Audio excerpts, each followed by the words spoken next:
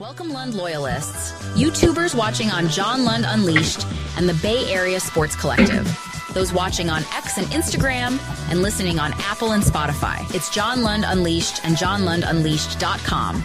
Brought to you by 𝐟𝐸𝐵 Cosmetic Surgery and Laser Center. Right now featuring amazing stem cell technology. For all your pain and for the guys, check out the latest in low-T and testosterone therapy to make you feel like yourself again. 𝐟𝐸𝐵 Cosmetic Surgery and Laser Center at 𝐟𝐸𝐵Cosmetic.com. Now, all juiced up and ready to go. Here's Johnny.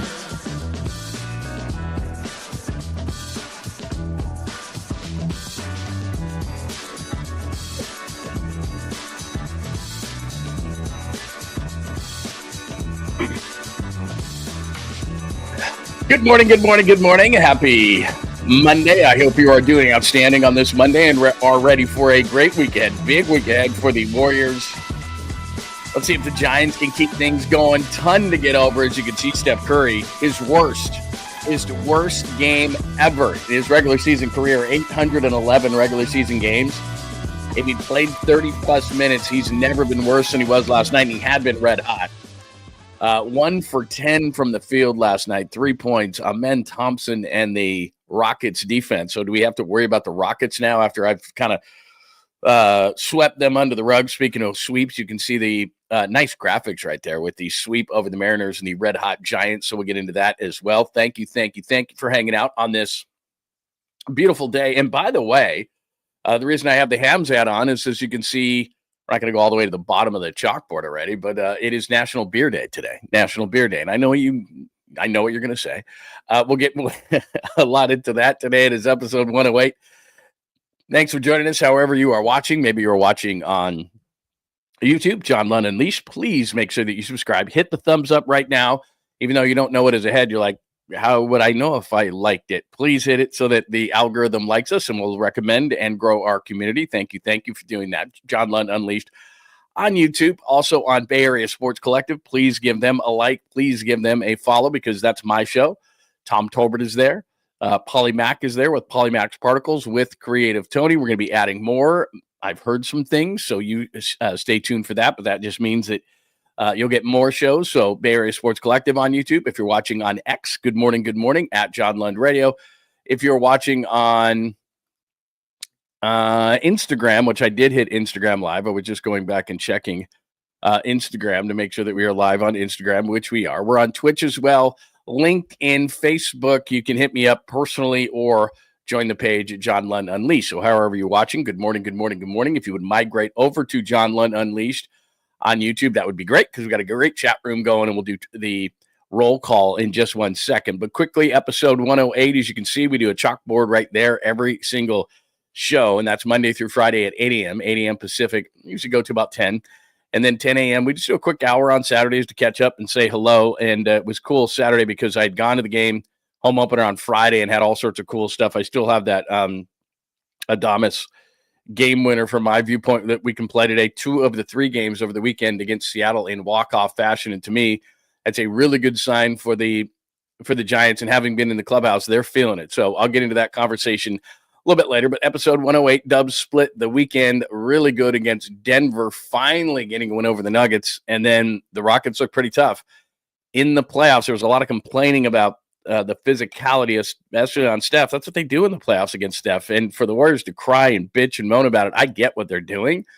They're trying to get favor with the officials come playoff time, but that's the way the playoffs are played, and the Warriors know it better than anybody else. So I don't know why Draymond Green was crying and Jimmy Butler was crying and Steph wasn't, but those guys were crying for him. It's playoffs, boys, and especially in Draymond Green's case, you're going to want them to let you play physical. He got frustrated last night, too, because 𝐮𝐬𝐿 was dominating him, and that's not a depoy performance, so we'll get into that as well. Standings, 5 teams at 32. It's absolutely crazy what's going on down the stretch. I've never seen it. And we in the Western Conference always seems to be close in the playoffs, but to have what's going on go on right now is crazy. The Giants sweep, do they have the it, quote unquote? We'll get into that because, like I said, you can feel it in the clubhouse, but we're not even 10 games into the season, so I think we have to slow down a little bit. It is Mock Monday 2.0, so I did a 2.0, which I didn't love as much as 1.0. The dominoes just didn't fall my way, and it's funny because you do this Pro Football Focus thing, and you So you're at the mercy of who somebody else picks. And it's like a real draft in that you have to determine, okay, is this guy still going to be there? I think he is.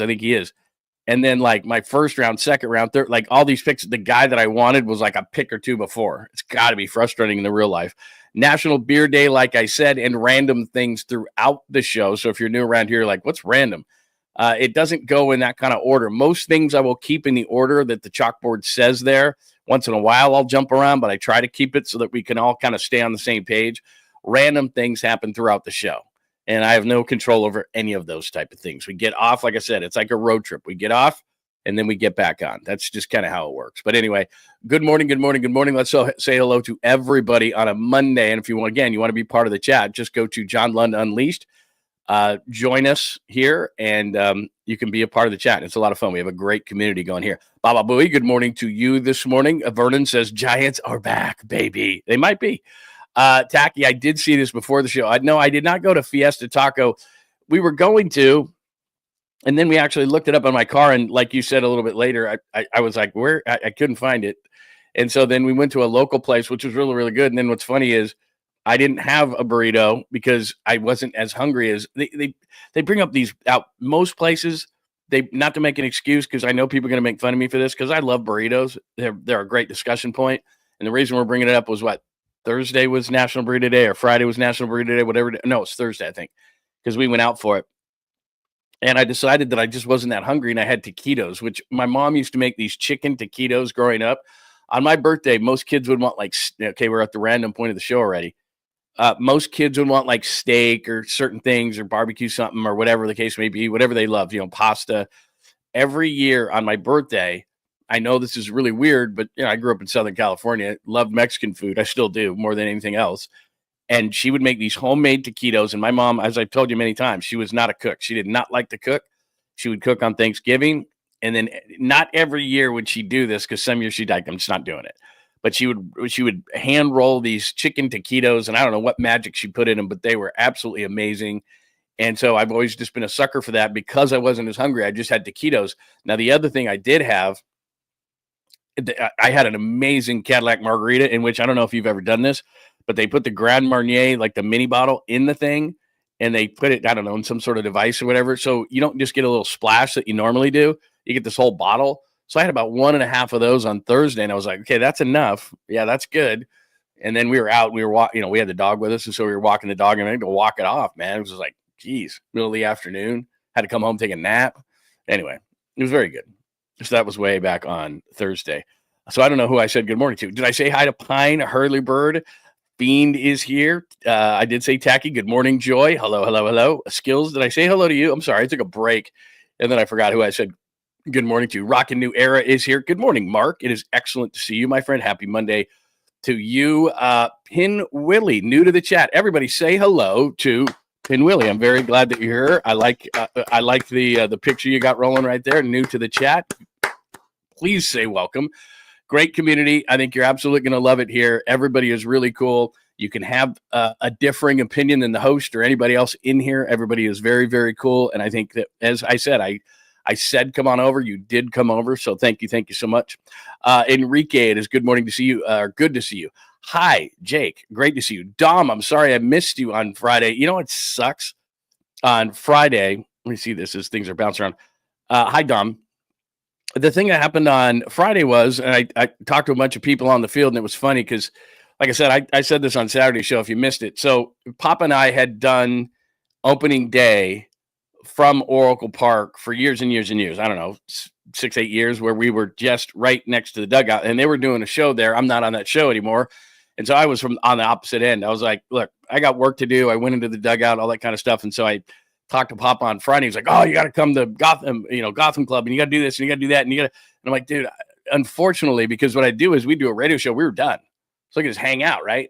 I actually had to work and go into the clubhouse and do all this kind of stuff and work like I used to do as a reporter. And I'm going to do that more and more. I'm going to do that a couple of times this week. I'll do it a couple of times when they're at home, and then Warriors playoffs and all that. I'm going to bring more unique content our way on the show, which I did on Saturday. Played a bunch of the stuff that I got from talking to Justin Verlander and Willie Adames, and it's really, really cool. I said hello to Logan Webb. It was really cool.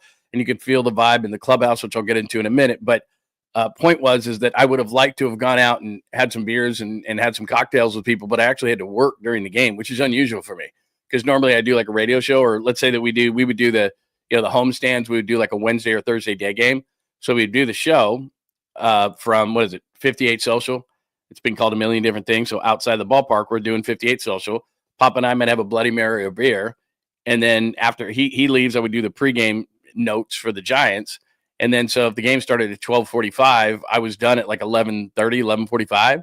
And then I was done for the day. So I could go hang out and I could glad hand and say hello to friends and have some cocktails and hang out a little bit, which I would do. But now it's like I'm back to my working days. Bummer. But it's just the truth, man. Good to see you, Jesus M. Hello, DC. Very nice to see you. 8-1 on fire. We shall discuss. Absolutely. What else do we have? Who else do we have this morning? A lot of good people. Rico Triple X. It is very nice to see you. Good morning to you. Oh, yeah. Oh, very nice. Oh, man. I love the orange bloody. So good. So good. I know. I didn't even have that on Friday, man. Bad. So anyway. Let's see. All right. Great to see everybody. Good morning. Good morning. Good morning to everybody. All right. Let's start with the Warriors just because this thing is so crazy. And we will get to the Giants, but there is the show cover today. Curry, 3 points last night on 1 of 10. And that's the way it's going to be in the playoffs. I'm not overly concerned, but really quickly, let's just share the screen if we can. And look at how crazy this thing is going to get now. So these are the standings. As I always show you, this thing has changed so many times that I'm to the point in these brackets where it's like, I don't know. I have no idea. But here's what I do know is that if we look down a little bit, so right now it's 3-6 against the Lakers. You're not catching the Lakers for 3. So 1, 2, and 3 are pretty much set. And I'll show you that in the standings. But then it gets crazy from there. So let's skip the East. Let's go to the West. So Oklahoma City obviously already has 1. Houston has 2.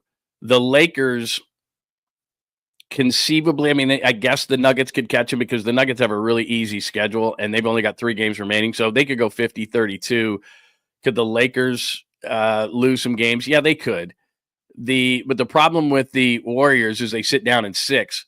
They lose the season series to the Lakers. So with 4 games left, they're not catching the Lakers. They lose that season series 3-1. So they're essentially 3. As you see, they're 2 in the loss behind the Lakers, but essentially they're 3.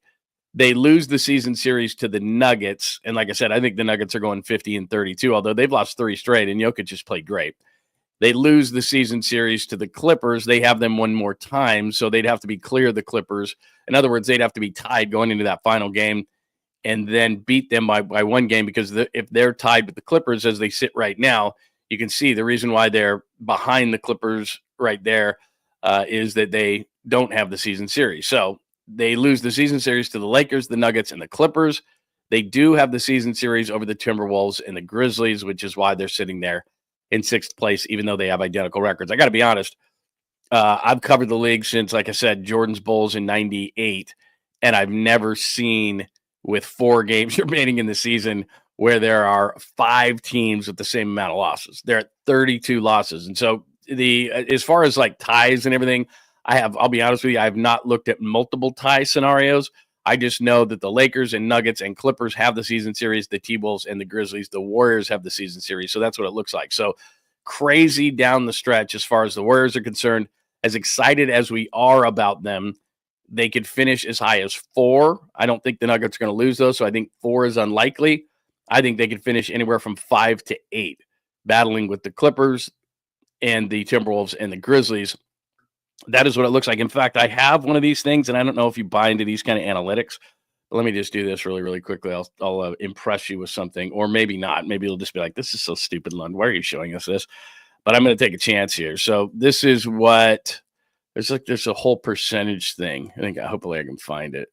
There's this whole percentage thing on it shows like the percentage that, here it is, playoff picture. Yeah, this is it right here.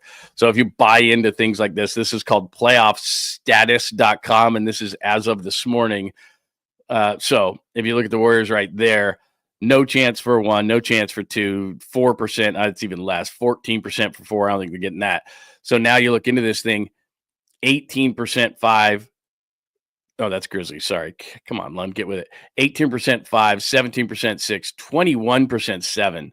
That would suck, because then, like I said, you're playing that extra game.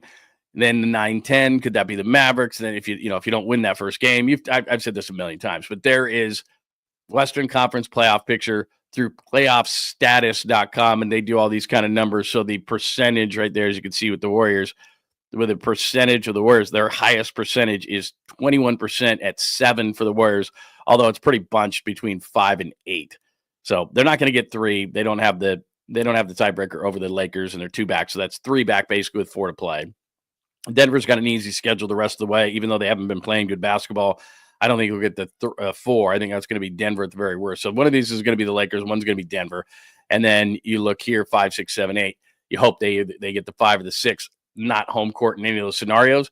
So that's a bad loss last night against the Rockets, which we'll get into right now. In fact, let's just pop that one up as we're popping things up left and right here. Let me just pop up one more, and that's going to be the box score from last night against the Rockets. And a few things jump to mind here as we look at this whole thing. Let me get to the box. There's so many darn things up I got going on right now. Let me see here. Box score. Let me see if I can share this. There we go.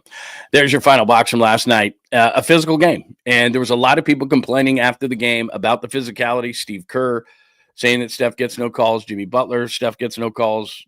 Steph was asked about it. He just said he ignores it. Draymond Green was on the podium for some weird reason with Steph and said, my feelings about it. But that's playoff basketball, and the Warriors know it. So they allowed, and this started from the beginning of the game, if you saw the game last night. And I have no issue with it, because what you want in any sport is just give me consistent officiating. Well, from the get-go, there was a sequence at the beginning of the game where there was a loose ball, and it was kind of just wild, and it went back and forth with like 2 or 3 possessions where it was just kind of out of control. And there were multiple fouls on both teams on either end of the court, and they didn't call anything. And so right away, I was thinking to myself, this is going to be, and it's not because of the time of season, this is going to be a playoff-style basketball game. I think the Rockets were trying to send a message to the Warriors. And again, my viewpoint on sending messages, but I do think a young basketball team with some veteran guys, Dylan Brooks, Fred VanVleet, those kind of guys, were trying to send a message that, look, we may play you in the playoffs, and it ain't going to be easy. And this is the 4th best defensive team in the Rockets. They're a good offensive team, as we saw last night, but they absolutely frustrated Steph Curry. And look, part of it is the Rockets. Part of it was, Curry having an off night. Amen Thompson is a really nice perimeter defender, young guy for Houston. His twin brothers with the Pistons. He's really good. You're getting these guys, Dyson Daniels, Amen Thompson, really good defensive players, but they did what you used to be able to do to Steph Curry, and you normally can't at this point in his career. But they were just really physical with him, and the officials allowed that play from the beginning. So I understand why the Warriors are complaining, because this is something that's a kind of a down the line thing. In other words, if you officiate a game of ours in the playoffs, you can't, he's a superstar, he cannot be officiated that way. And I understand what they're saying, but they allowed this from the beginning of the game. And so I didn't really have an issue with it. And it's up to Steph Curry to be better. And Amen Thompson and the way that they were physical with him, like I said, that was early career Steph in the playoffs, and he was usually better against it. 1 of 10, 1 of 8, 3 points. As I said, impress your friends with this. It was his worst game of his career regular season, playing 30-plus minutes. So 811 regular season games for Steph Curry, over 900, by the way, in the playoffs. His worst career game, 1 of 10, 1 of 8, 3 points for Steph Curry. And if that's the case, you're not winning that basketball game. They were fighting uphill the entire game. They were up early in that game, but then they just struggled. And the axis in which Steph Curry, everybody revolves around, everybody else kind of struggles. Now, give Podziemski a ton of credit. He's been playing great lately. 7 of 14, 4 of 9, 19 points. He continues to play really, really well. Buddy Hield was on a heater last night, so he played more than he normally does. And like I said, I comp him kind of to Mo Spates from years ago. If Buddy Hield is hot, you stay with him. If Buddy Hield is cold, Buddy Hield doesn't get many minutes. So last night he gets 25 because he's hot. 7 of 14, 6 of 11, 20 points. That was nice. GP2 makes an appearance. That was nice. Kuminga struggled a little bit. Butler struggled a little bit. They didn't get to the line their normal amount, 6 of 11, especially, again, in a physical basketball game. You only go to the line 11 times, so that kind of tells you in and of itself what kind of game it was and how it was officiated. Now, the bigger picture to this whole thing, as we jump that off, and because you missed my face, no, you didn't. The bigger picture in this whole thing, as far as the Warriors are concerned, that I see, is that if they're going to allow that kind of officiated game for a team like the Rockets, they're going to be tough come playoff time. So I think we'll do this tomorrow because I'm going to write a piece about it. I was thinking about it this morning as I woke up at johnlundunleashed.com, which I have my mock 2.0 up there, which we'll get to in a second. But who you want to and who you least want to play in the playoffs. And I think I'm going to write a piece about that because I continually bring up the Nuggets because of Jokic, and it's a bad matchup. They did get a win on Friday against Denver, and they have very little around Jokic. Michael Porter Jr. was good on Friday, but the guy, Aaron Gordon, who when Jokic was out, when Jamal Murray was out, and Murray was still out on Friday, when Murray was out, when Brown was out, and they still beat the Warriors in San Francisco, a lot of it was because Aaron Gordon, Bay Area product, was just so good, and he wasn't good on Friday. So they've got some inconsistent players. Russell Westbrook is absolutely a zero off the bench. They just don't have a lot of depth. So I still don't love the matchup. And then I watched last night the Rockets, and I wonder if I have to be concerned. But the thing is, they're a really good defensive team. They're really physical, and Draymond Green may fancy himself as the defensive player of the year as I move down to Curry's worst, and then Dre isn't Depoy. I'll play a cut for you in just a second from Eme Udoka, the head coach of the Rockets, being asked about Draymond Green, but he had to be saying it tongue-in-cheek because 𝐮𝐬𝐽 last night had 19 and 14, and he could have had more. He had a lot of easy buckets. Size and physicality give the Warriors trouble at times. Looney is a guy that's going to be playing more in these kind of series, but Post is a guy who he's a great stretch, but he's not a defender inside. Trace Jackson-Davis is clearly a guy that's not in the rotation. So they're going to have problems against size. There was offensive rebounding opportunities for the Rockets last night that they took advantage of it. 𝐮𝐬𝐽 is just a really tough guy to defend. He's not Jokic. He's not that way in any way, shape, or form, but he's good with his feet. He's good around the rim. He's a really tough guy to deal with offensively, and Draymond Green just had trouble, and that's why Draymond Green ended up getting a technical foul. And we go back to that whole thing about, what does Draymond deserve and what doesn't he? So let's go into a couple of those. Here is at one point, I think Draymond Green was just getting frustrated. Game's tied at 47. Warriors got off to a great start, and then Houston starts to get rolling, and Draymond Green gets frustrated. And because I don't think he knows that he can't stop him, and he's getting frustrated, so he tried to get into his head, kind of a Dennis Rodman type of tactic, but it wasn't working. So this is what it looked like last night.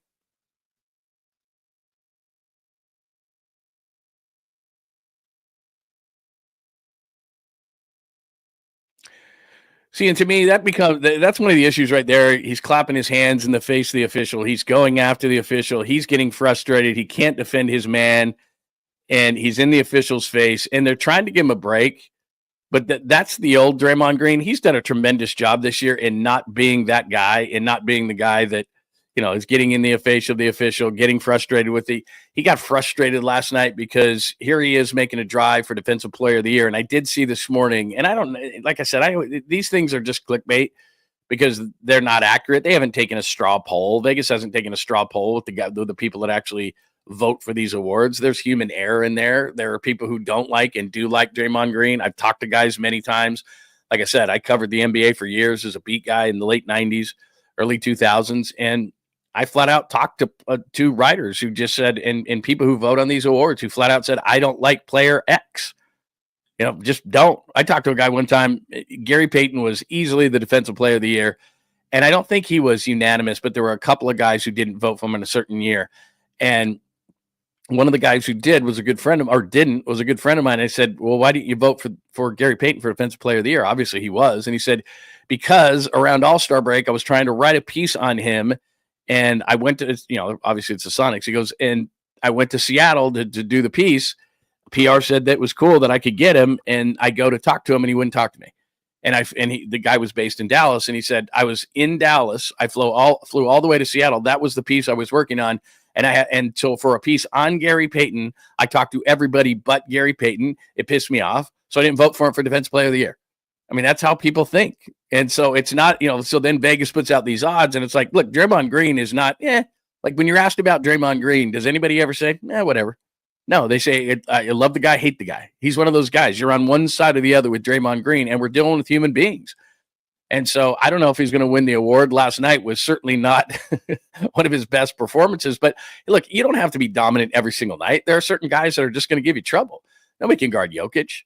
𝐮𝐿 last night was really good. In fact, I've seen him be a lot better. He can hit from the outside as well as do the things he did inside. But the way the game was played, the way the game was officiated, to me, that was a playoff style game. And not just because there's 4 games left in the season now, and it was a playoff atmosphere. I'm just saying that the officials from tip, you could just tell from tip, were letting them play. And so at that point, the Warriors, who are the veteran team, need to adjust. Okay, all right, we're going to take advantage of being more physical. And as far as Steph Curry is concerned, and Jimmy Butler sent the message, and Draymond sent the message, and Kerr sent the message, he's a superstar. He should be getting these calls. I'm not disagreeing with that, but the way the game was officiated is the way the game's going to be officiated in the playoffs for the most part. And so the Warriors and Steph Curry in general have to make an adjustment. I'm not ripping Steph Curry. He's great. But when you go 1 for 10, 1 for 8, and it's your worst performance, and it's at this point of the season, that's a killer. I mean, there's just no doubt about it. So believe me, Steph is almost beyond reproach because he's so good. But last night was his worst game of his career if he played 30-plus minutes.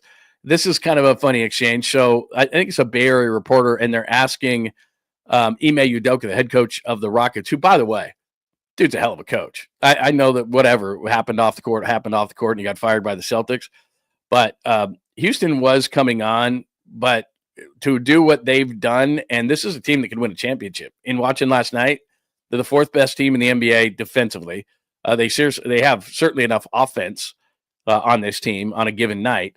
They got a couple of veterans in there, maybe not enough right now to win it, but this is a team that I haven't really looked at as far as the playoffs are concerned.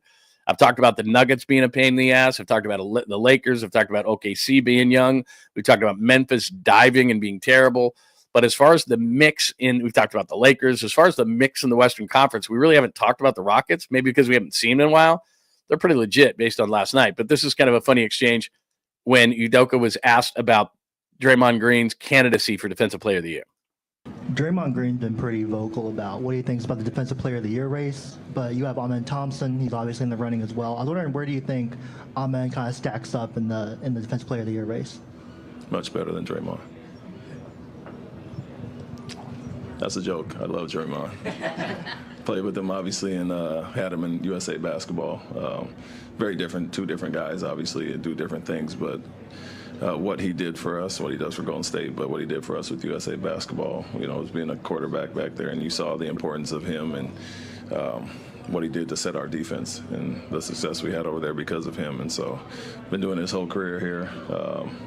One of the best to ever do it, and the versatility of him being able to guard all positions, but not just that, the recognition and IQ on the defensive end has meant everything to Golden State. He must not. What's funny is Eme Udoka. I was in Portland, and Eme Udoka played for Portland State. I mean, that's how long I've been doing this. But what's funny is he must not make many jokes because Steve Kerr gets laughs and all that kind of stuff. And when he said, like, if you drop a line, and obviously his sense of humor is dry as a bone, because when he said that, like, everyone took him seriously. Like, no one went like that media laugh, the media laugh, like nothing, it really wasn't that funny. And the media is just like, like it happens all the time. It's called media laugh. And so someone will say something that's not really that funny, might be remotely funny, like, but they laugh like it's, Dave Chappelle in his prime, saying one of the funniest things ever. Like, it's called media laugh. And I've always just got a kick out of it. And so when a coach actually makes a joke and there's no like media laugh, and we laugh at anything, like even if it's not even funny at all, or not even trying to be funny, like there's just this awkward laugh that always happens in press conferences or one-on-ones or whatever. It's not even really that funny. It's just, I don't know, for years and years and years, it's just called media laugh. And Eme Udoka actually makes a joke, and he must not make very many of them because he had to stop and go, no, that's a joke. But anyway, there you go. There's Eme Udoka. Last night was not a Defensive Player of the Year performance by Draymond Green. He brings up a great point, though. Amen Thompson is a really good perimeter defender, long arms, really difficult. So that's not a guy that, Steph Curry, I'm sure, loves. And we've seen it through the years. There's certain guys who give him trouble. There's certain guys you think don't give him trouble. Here's the advantage from last night, by the way, amongst all this doomsday and me going, oh, my God, here's the Rockets now, a team that's going to be a big pain in the ass. the advantage the Warriors get by playing them, if they play them again in the playoffs, is that they just saw them late in the season. Like you saw, Denver had to play their guys, but the game before that, they didn't want to show the Warriors too much. They don't play Jokic, they don't play Murray, they don't play Brown. You may see that down the stretch here. Like if that game against the Clippers means nothing, the Clippers aren't going to play anybody. There's certain teams that are just like Oklahoma City right now. If I'm Oklahoma City, I've got one wrapped. If I'm the Rockets, I got two wrapped. Like I'm not going to play guys very much because number one, I don't want guys to get hurt. But number two, I don't want you to see my team. And it had been a while since the Warriors had seen the Rockets. So they lose, and that's not the greatest thing. And they go down to 32 losses, and now it's a dogfight in the Final Four. But if there's one Final Four games of the season, but if there's one advantage that the Warriors just saw, and this is what they're really, really good at, to put a positive spin on this whole thing, but I believe it. I'm not doing it to do it. Is the Warriors are great at figuring teams out. Over the years and years and years that they've done it, they've fallen behind in series. But what happens is Steve Kerr and his staff figure something out. They find the underbelly of a team, and they say, okay, this is where we can attack. So Curry goes 1 for 10 for 3 points, and the Rockets are feeling really good about themselves. They go into Oracle. They go into Chase, they get a victory, they're feeling great, all these kind of things, wonderful. And the Warriors sit back and they say, okay, we saw you, we know what you do, we remember what you do, you beat us, we get it. But in the regular season, that doesn't mean a whole lot, but it does in the fact that now the Warriors kind of have a game plan and they look at the Rockets. Now look, Ime Udoka is a hell of a coach, so they're not going to do the same things, but you are who you are. So they get a good look at the Rockets and they say to themselves, okay, let's just file this away in case we play the Rockets. Now, having said that, I've concentrated so much on all these other teams that I haven't really thought about the Rockets. I haven't really watched the Rockets a whole lot. I looked at them kind of as a young up-and-coming team. That's great. They're an 82-game team. Can they be a playoff team? Well, their style is playoff-like because they play that good at defense. They have an inside-outside game, kind of what like Jimmy Butler has brought to the Warriors. So, yeah, all of a sudden, as you look at this team, they can be a pain in the butt. But what I've constantly said about the Warriors is we kind of had dreams, illusions of grandeur going, maybe they can get to 3. Well, as I showed you, and let me show you this. In fact, this shows you a lot better than what I'm describing here. But that's what's left. So, for example, to me, the Nuggets, I think, are going to go 50-32 and secure that 4 spot because at that point, the Rockets aren't going to play anybody in that last game of the season. So the Rockets are not going to have anybody. Grizzlies are absolutely reeling, and that game is in Denver. The Kings could throw a little bit of a monkey wrench into this whole thing, but still, I think the Nuggets will be okay in that regard. The Clippers right there, that's going to be an interesting one because Spurs, they should win. Rockets, they get it home.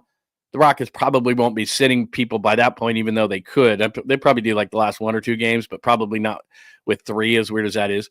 Got to go to the Kings. They could play spoiler, and then there's that final game. But remember, the Clippers have the tiebreaker there. There's the Warriors.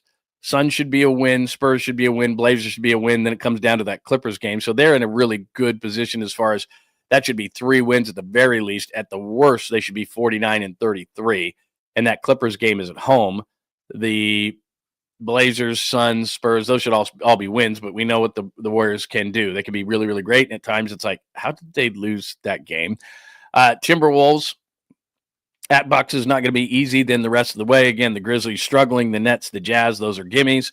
Grizzlies the rest of the way, who knows? They're a mess. Hornets, T-Wolves, Nuggets, Mavericks. As I said last week, and if I was looking at it right now, the Lakers, like I said, they should win this whole thing. Now, at Thunder, they just beat the Thunder, by the way. But at the Thunder, they could lose. At the Mavericks, there's no way they're losing that now that I look at it because Luka's going to go absolutely bonkers, although Anthony Davis is going to be motivated as well. Rockets, are they sitting everybody? What are the Rockets doing at that point? And they should beat the Blazers. So I think that the Lakers are going to be the 3. I think the Nuggets are going to be the 4. And then it's going to be all hell breaking loose. I think the Grizzlies are going to be the 8. And between the Clippers, Warriors, and T-Wolves, as far as easiest schedule, it should be the Warriors. The Warriors actually should be the 5. Now, the Clippers have the tiebreaker. So it comes down to, you got to hope that the Clippers, Spurs, they should win.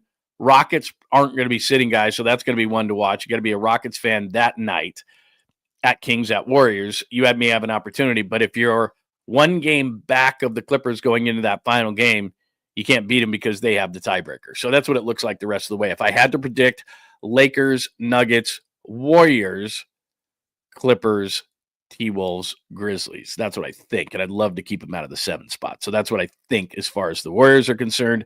There's the note I made about Curry. Curry's worst career game, playing 30-plus minutes, 1 for 10, 3 points, fewest in 811 regular season games. And you can follow me at John Lund Radio. That is a tweet/X. I don't know what you say about an X, but anyway, there you go. That's what's going on as far as the Warriors. Let me get out to the lines, to the comments, to the what people are saying. But we're at episode 108. Dubs split the weekend, feeling good about Denver, not feeling great about the Rockets, but you got to look at the Rockets, and you hadn't seen them in a while. The Warriors are great at figuring teams out, so I wouldn't say it's as bad as what last night was. Curry's worse. Dre did not look defensive player of the year-ish. Amon Thompson did last night. Standings I've shown you, 5 teams at 32 losses. I don't know that I've ever seen that in my history of watching sports, but there it is. Good morning, Daniel. Good morning, my Kings fan. Yeah, the Kings will be in the play-in, whether they could really spoil some teams, because as I thought, there's a couple of things right there. Let's see. I just saw a couple of things. Thoughts on Anthony and Howard going to the Basketball Hall of Fame is different. It's not an NBA Hall of Fame, so a lot of people get confused and all that kind of stuff. Carmelo Anthony's a given. He came in if people remember, he came in the same draft as LeBron in 2003. And what was funny was, and I've told this story before, I was in Detroit at the time, and the Pistons were in championship mode. And so they took Darko Milicic at number 2. So LeBron goes 1, Darko goes 2, because that was like everybody was trying to find the next Dirk Nowitzki. So everybody was looking for that European who could shoot like Dirk, and Darko was 6'11", hadn't really done a ton of work on him, and so it was in the Dirk phase. Everybody wanted the next Dirk, and so he went to, and we were at the facility there, and he hit something like 30 out of 32 or something threes, and everybody thought, oh, this is the next Dirk, so they take him. And Carmelo goes 3, and Bosh goes 4, and Dwayne Wade goes 5 in that draft in 2003. And the Pistons took the bomb, and everybody. And so I was doing sports radio there and doing mornings for years. And all it was, oh, what if the Pistons had taken Carmelo? Oh, what if the Pistons had taken Carmelo? And everyone's like, oh, they had Tayshaun Prince. I was like, are you kidding me? They had Ben Wallace, they had Rasheed Wallace, they had Chauncey Billups, they had Rip Hamilton, and you throw Carmelo Anthony in there? I mean, my God. But yeah, he was a no-brainer. 3rd pick in that draft. He absolutely was great. He never won a lot, but he was really, really good. Let's see. I love this. I tried Curry at the end of the road. A high school guy can add more than 3. He'll bounce back. He's going to be fine. It's going to happen. And I'll tell you what, in the playoffs, I wouldn't want to be Houston. I think he's going to be really, really good. Who's funnier? Eme Udoka or Kyle?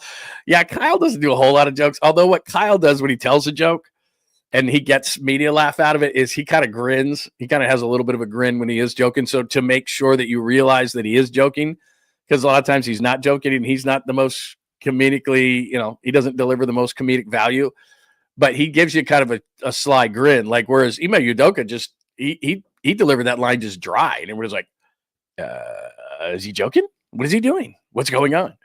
So anyway, yeah, that was a little rough. That was a little rough. There's no doubt about it. Good morning, 49ers faithful. East Bay Caesar, it is great. Good to see everybody. Any more thoughts on the Warriors weekend? And how crazy is this? The West always seems to be jammed up at this time of the year, but 5 teams, let me put my hand up, 5 teams at 32? That is crazy. I still believe in the Warriors. It's such a weird dynamic, though, going on with the Warriors, because part of you, tell me if I'm wrong here, this is kind of how I look at it. Part of it is that you're thinking of going, hey, this team could go deep. Like, this team could go really, like this guy, Jimmy Butler. And, I think it was the first time, right, that they lost with that lineup. I think they're 14-1 now. So that lineup, Podziemski and Curry in the backcourt, Jimmy Butler, Draymond Green, and Moses Moody, that was the first game they had lost. So they were 14-0 with that starting lineup. I think with Jimmy Butler, I think they're 21-6 now with Jimmy. So, at that part of you, that part of your brain is saying, well, this team could go deep into the playoffs. I could see that. And then the other side of my brain watches last night's game against a team like the Rockets and says, okay, Well, I don't love the matchup against the Nuggets. I don't love the matchup against the Lakers, although I do like it better now that Anthony Davis is gone, as weird as that is. They're going to be better with Luka long term, but matchup-wise, Anthony Davis gave him a problem, and you could see last night why. 𝐮𝐿 gave him a problem last night with size and physicality, and that's why the Rockets beat him last night. And Denver, the same thing with Jokic. I don't know. Murray's going to come back and he's going to change the dynamic on that team. But right now they're struggling. They've lost 3 in a row. But still, I don't love the Nuggets matchup. Don't love the Lakers matchup. Watch last night. Don't love the Rockets matchup because they're really physical. I do think it gives the Warriors an advantage to try to figure them out, to play them this late in the season. But there's a lot of good teams in the Western Conference, and I'm not even mentioning Oklahoma City, and I'm almost throwing them aside because you can be a great 82-game team, which they are. There's no doubt about it.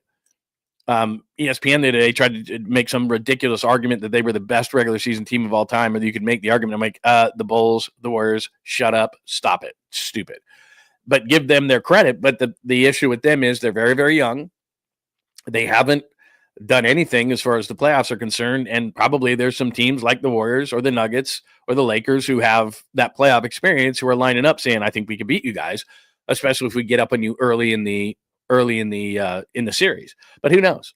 I've watched Oklahoma City a bit. I watched them against the Lakers last night. The Lakers took them apart. So we'll see. But a lot of teams are lining up, but then you play them and they're really good defensively. The same thing with the Rockets. Like I kind of blew the Rockets off a little bit. And then I saw them last night and went, wow, that's a really good defensive team that is physical, that has the players to throw at Curry, and the Warriors better get their hard hats on. But I do like the fact that the Warriors played them late. And I do think that they'll be able to figure something out. But that's what it is. So that's what's going on as far as the Warriors are concerned. I'm not overly concerned about it. That's not the vibe I'm trying to lay off if that's the case. It's just that my brain, each side of my brain is confused because I think of them as a title contender on one sense, but then I look at it and they have as many losses as the Grizzlies, who are a complete dumpster fire. They both have the same record. In fact, there's 5 teams that have the same record, and I'm just blown away by that whole thing. That they, as good as they are and as well as they play, like I said, 21-6 since Jimmy came aboard. Then I look at this whole thing and I go, how can they be okay? The Nuggets, I get, the Lakers, okay, but the Clippers, the T-Wolves, and the Grizzlies, aren't they better than those teams? Like just based on the way we talk about the Warriors in a general sense before yesterday's game. They should be up there with the Lakers at the 3, right? But now they're probably not going to be the 3, probably not going to be the 4. Anyway, I still think that if you get them in a playoff series, you're not going to want to play them. But there are a few teams, and this is what was highlighted last night in the Rockets game: size, physicality, those kind of things. The Warriors, even though Jimmy's a tough player and Draymond's a tough player and Steph is tougher than everybody thinks, they handed it to him on the physical end, and they got an officiating crew that was allowing physicality from jump. So all the complaints, and I had to turn the volume of the game down last night because it was a local game, and it hurts my ears, and I hear dogs barking in my neighborhood when there's so much complaints about officiating. They officiated the same way for both teams, and more importantly to me, in every single sport, as long as you do this, I'm fine with it, they were consistent. So if an umpire has a consistent strike zone, and I know what it is as a hitter or a pitcher, consistently calling or not calling fouls, which was the case last night, nobody went to the free throw line last night. I showed you the box. I think it was, 11 for the Warriors and 16 for the Rockets or something like that. They just weren't calling fouls. So that's the game that you have to adjust to. And as long as it's called that way for both teams, I really don't have an issue with it. So that's what happened last night. All right, that is the Warriors side of things. Let's go to some good stuff. Let me just hit the comments one more time to make sure that I'm not leaving anything. Go ahead and say it. Size matters. It did last night. It seemed to last night, did it not? Yeah, there you go. Size matters. Very, very nice. All right, let's get to some better stuff, which was the Giants over the weekend. Man, my question is this, and I only know this based on going in there on Friday. I will go to more and more Giants games. So what my schedule, I think now, is that the Giants are showing something. Now, look, if they fall flat on their face, and there's 162 of these things, not 9, but we got to feel good based on what we have seen from the Giants so far. So they sweep the Mariners, and just off the top of my head, just in watching all these games, and let me just pop one thing up on the screen here and share my screen with you in regards to the Giants at this point. So let me get to let me look at numbers really quick for the Giants so far. So this is just in general so far. And you can see, I mean, we're talking 30 at bats, 33 at bats for Flores. Like, but you cannot deny, like Wilmer Flores again with a walk-off, 4 home runs, 12 RBIs. I'm not going, 951 OPS. Is he going to continue to do that? No. But early in the season, and this is how a 162 game season goes, you got to have a couple of guys going at the same time. Like if your whole team, this is what happened to the Giants far too often last year. Like no one's hitting. Like not everybody's going to be hitting at the same time, but when no one's hitting, you're like, my God. Like on Friday, and we talked about this on Friday's show, they can't just win 2-1, 1-zip, 3-2 type of games. They got to be able to win all kinds of games. And so they win a 10-8 game in the middle of this game. And I was at Friday's home opener. I tweeted out that they were 19-0 last year when they scored 8 or more runs. Hold on a second.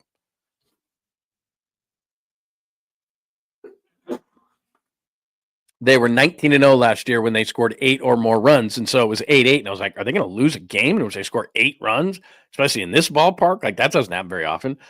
But Wilmer Flores to the rescue. On Friday, it was Willie Adames to the rescue. And although you look at his numbers in general, a 216 batting average, blah, blah, blah, blah, blah, no home runs, 6 RBIs. Willie Adames in the clutch has had some really good at-bats, even though that day on Friday, there was something like 6 of 28 with runners in scoring position. I don't know that I've ever seen 28 runners in scoring position, and they only get 6 of them home. So Lamont Wade Jr. has struggled, but he had a game this weekend where he had 3 hits. Tyler Fitzgerald, I think, is going to be better, but we'll see. Again, that was a question mark at second base. I think Elliot Ramos, and I'm hesitant to say this because, again, you look at the G there, 9 games. So I'm not going to put him in the bank, but 3 home runs, 9 RBIs, 940 OPS. He looks like the first half guy. I've asked that question. Is he the first half guy? Is he the second half guy? He's looked really good. Jung-Hoo Lee, again, the numbers may not be overly impressive, although a 344 batting average and a 931 OPS. He has 6 doubles already, and he just has good at bats. He's got 32 at bats on the season. He scored 10 runs for this team. He's looked really, really good, has 11 hits. Jung-Hoo Lee has just had really professional at bats. So when you look at their lineup, just their first 3, getting Adames in there makes a huge difference. But Elliot Ramos, a lot of times has let off games, and he's just been really, really solid, had really good at bats. Jung-Hoo Lee's had really good at bats.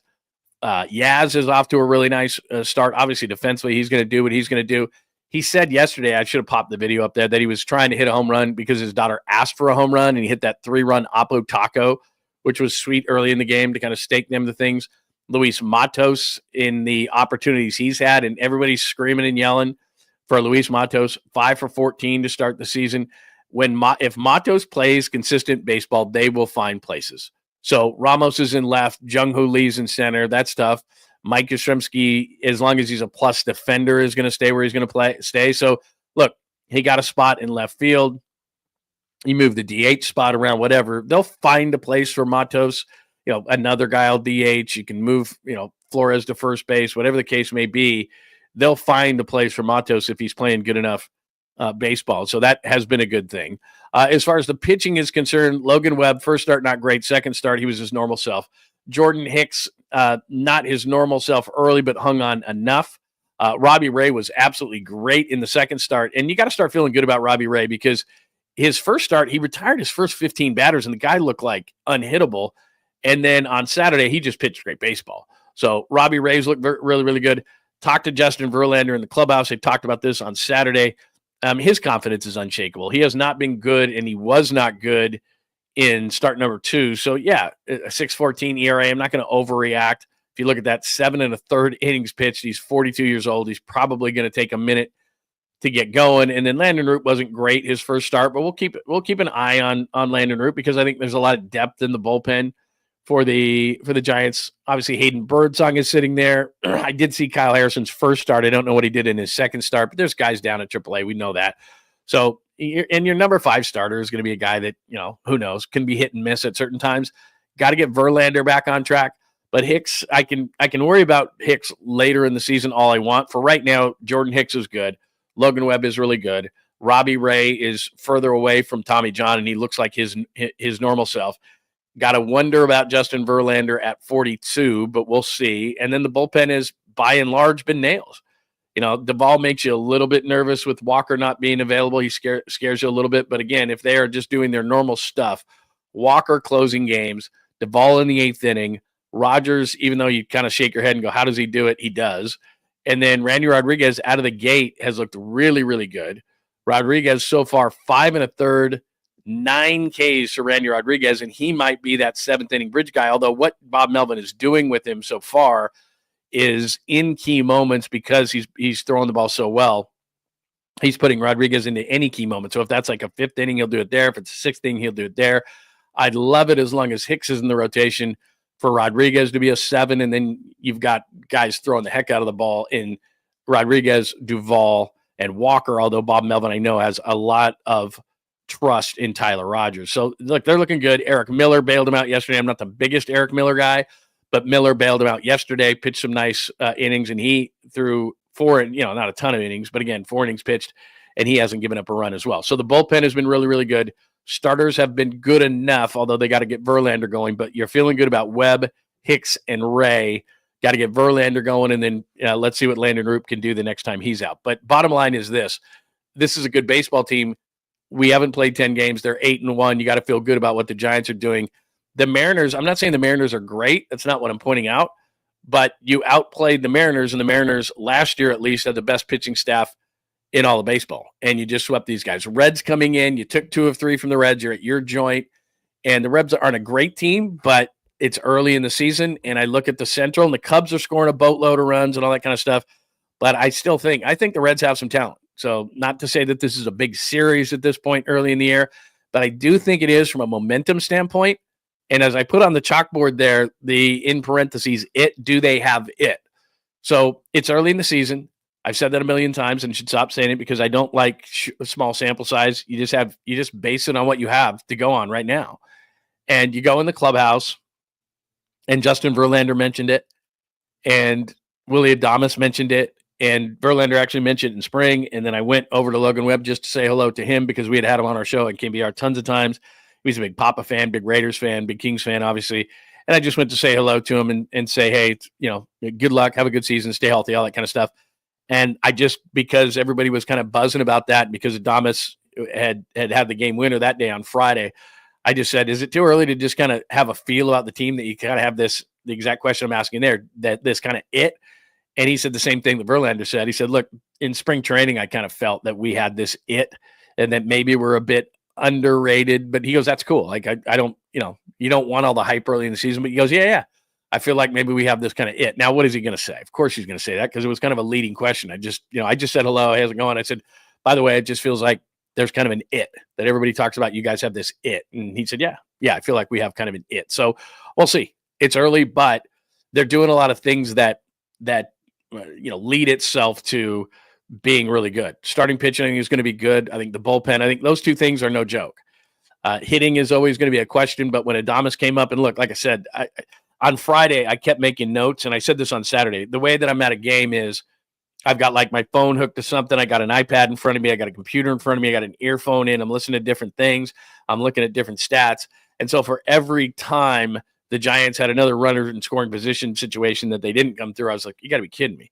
Yaz had opportunities. Ramos had opportunities, like all these guys late in the game. And I'm thinking, they're not going to win this game.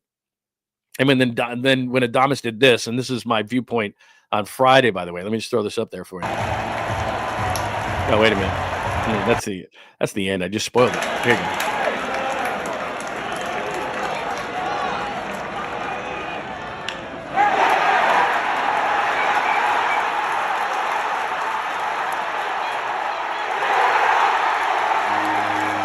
You can see Adames going around second. So, it was just a really cool situation, but they did that again yesterday. This time, of course, it was with Wilmer Flores. So they did that twice against the Mariners. Can you survive doing that all season long? You probably can't. But here's the thing, as I look at this, the way that you win 1-run games, and a lot of times, I think the Giants last year were like 24-24 or something in 1-run games. So you're talking about almost a third of the season last year, 1-run games. So you've got to become proficient at it. And you look at this bullpen, it's a good bullpen.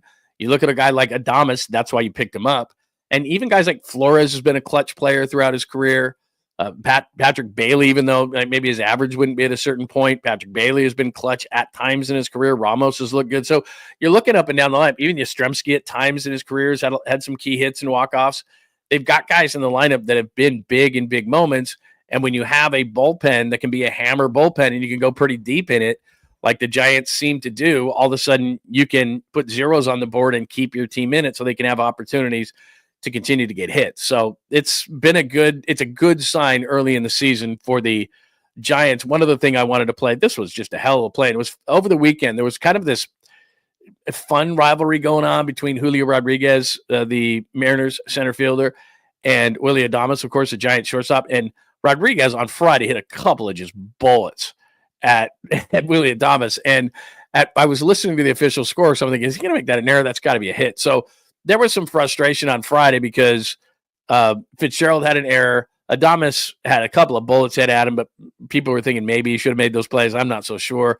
Camilo Doval fell asleep and allowed a double steal in which the Mariners scored on a single the next hit. So there was some stuff that they don't normally do that they did that was frustrating. But Willy Adames so far, maybe the average isn't there, whatever the case may be.